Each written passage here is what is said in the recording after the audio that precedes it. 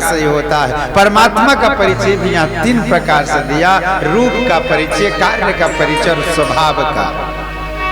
और परिचय देने के बाद कहा गया है कि ऐसे व्यक्ति के शरण में तुम जाओ।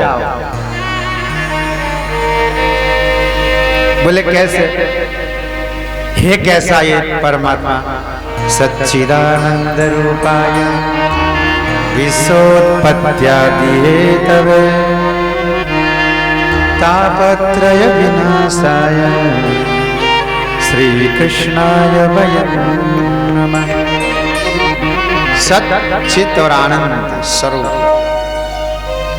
रूप कैसा? कहा सत्य है, चैतन्य है और आनंद है। जिसको एक बार देख लिया बस वो परमानंद प्राप्त हो। ऐसा रूप उनके जीवन में सत्य है, उनके जीवन में चैतन्यता है, जागृत। अब यहां पर कई अर्थ लगते हैं जागृति का, चित्त चैतन्य का।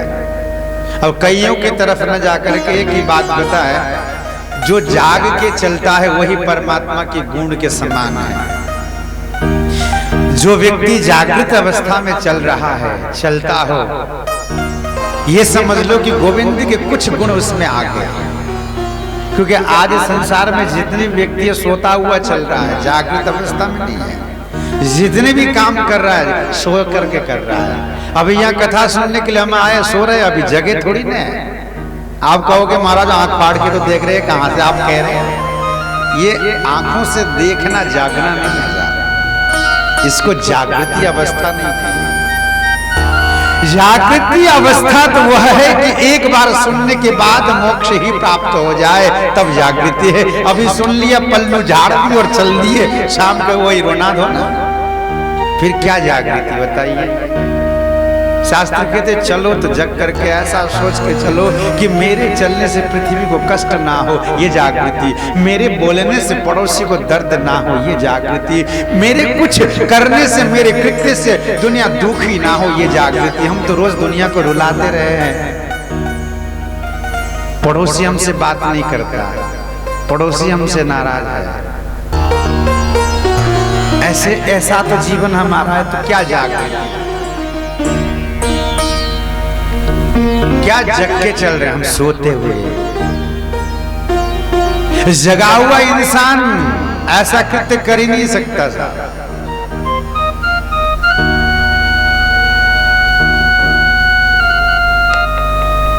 और जो जग गया उसको पागल की उपमा दी गई है। जो जग गया उसको दुनिया फिर पागल कहती है। नहीं, आज का जो समाज है उसको पागल कर, क्योंकि वो सत्कर्म में लग जाएगा, भगवत भक्ति में लग जाएगा, सत्कृत्यों को करने लग जाएगा। तो आज के लोगों को अच्छा नहीं लगता, वो कह ये पागल हो गया। नहीं, जागृत। इसीलिए कहा कि चित्त जिन व्यक्ति के जीवन में जागृति आ गई है, वही व्यक्ति चैतन्य रूप गोविंद के एक थोड़ा सा गुण उसमें आ गए। तो आज यहाँ ठाकुर के रूप का परिचय, सच्चिदानंद रूपाय। फिर कहा काम क्या करते हैं? अच्छा कार्य हो तो जुड़ जाएं उनसे। कहा सृष्टि करना, पालन करना और संहार करना, ये गोविंद का काम। विश्वोत्पत्त्यादि हेतवे। फिर पूछा कि चलो काम भी ठीक है, बढ़िया काम है, रूप भी बड़ा सुंदर है, सच्चिदानंद रूपाय, आनंद रूप है। चलो ठीक है, पर स्वभाव कैसा है? क्योंकि जब तक व्यक्ति का स्वभाव अच्छा ना हो, उसके पास व्यक्ति कोई बैठता नहीं जाता। और जिस व्यक्ति के स्वभाव अच्छा हो उसके पास महाराज वो जहां जाए वहां हजारों लोग पीछे पीछे चल पड़ते हैं महाराज। मैं तो कहता हूं जिस व्यक्ति के स्वभाव अच्छा हो, ये व्यक्ति ही नहीं पेड़ पौधे भी उसके पीछे पीछे चलने लग जाते हैं, क्योंकि उसका स्वभाव अच्छा है, उसके मन में पाप। कई संत ऐसे हमने देखे हैं, आप उत्तराखंड की ओर चले चलना, कभी दर्शन करना वहां जाकर के, जो अलकनंदा की गुफाओं में, कंदराओं में आप देखना साहब, पेड़ पौधे साथ में चल देते थे महात्माओं के साथ में, संत के साथ। क्यों? क्योंकि उनके मन में कोई पाप नहीं, उनको दीन दुनिया से कोई मतलब नहीं, उनका स्वभाव बिल्कुल प्रेममय है। कई महात्मा आपने देखा होगा कि नाम पुकारने मात्र से उन महात्माओं के पास छोटे छोटे कीड़े मकोड़े, जीव जंतु, सांप बिच्छू आदि उनके आगे पीछे दौड़ते बैठ जाता है। कई महात्मा ऐसे भी हैं, जितने भी जीव जंतु उनके पास, पक्षियां उनके पास क्यों आते हैं मालूम है? कि उन पक्षी को पता है कि इसमें इतना प्रेम है, इतना प्रेम है, जिस चीज को ढूंढने के लिए हम आए वो चीज इसके अंदर है, जाओ इसके पास बैठो, ये मार ना सकता, ये हमें प्रेमी बना देगा। इसलिए जीव जंतु भी उनके पास, उन्हीं के पास नहीं जाते, डरते हो जिनसे। कोई डर हो, कोई भय हो, उसके पास कौन जाए? इसीलिए का स्वभाव अच्छा हो, स्वभाव बढ़िया हो,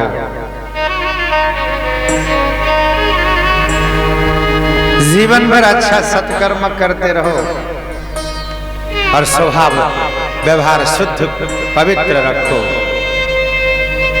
पूछा कि कैसा है उस तुम्हारे परमात्मा का स्वभाव? कहा कि ऐसा सुंदर स्वभाव तो इस दुनिया में किसी का भी नहीं है, इतना विनम्रता ठाकुर है। और विनम्रता देख लो, कहा कि प्रणामो दुख समनस्तम नमामि हरि परम।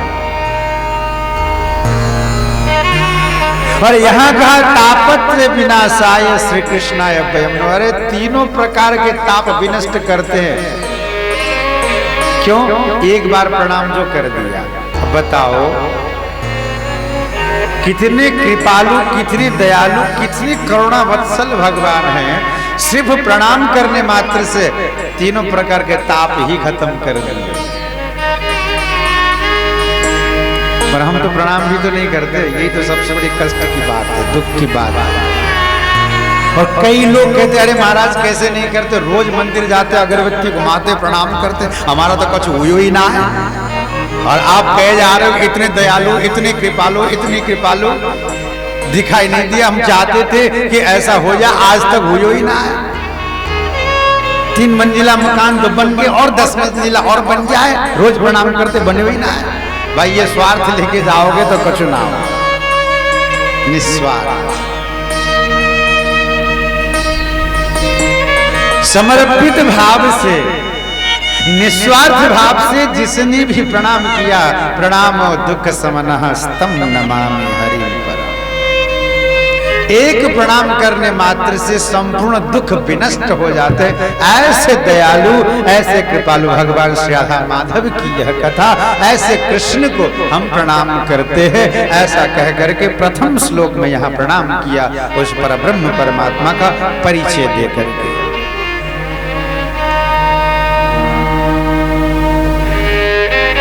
गोविंद को यहाँ प्रणाम।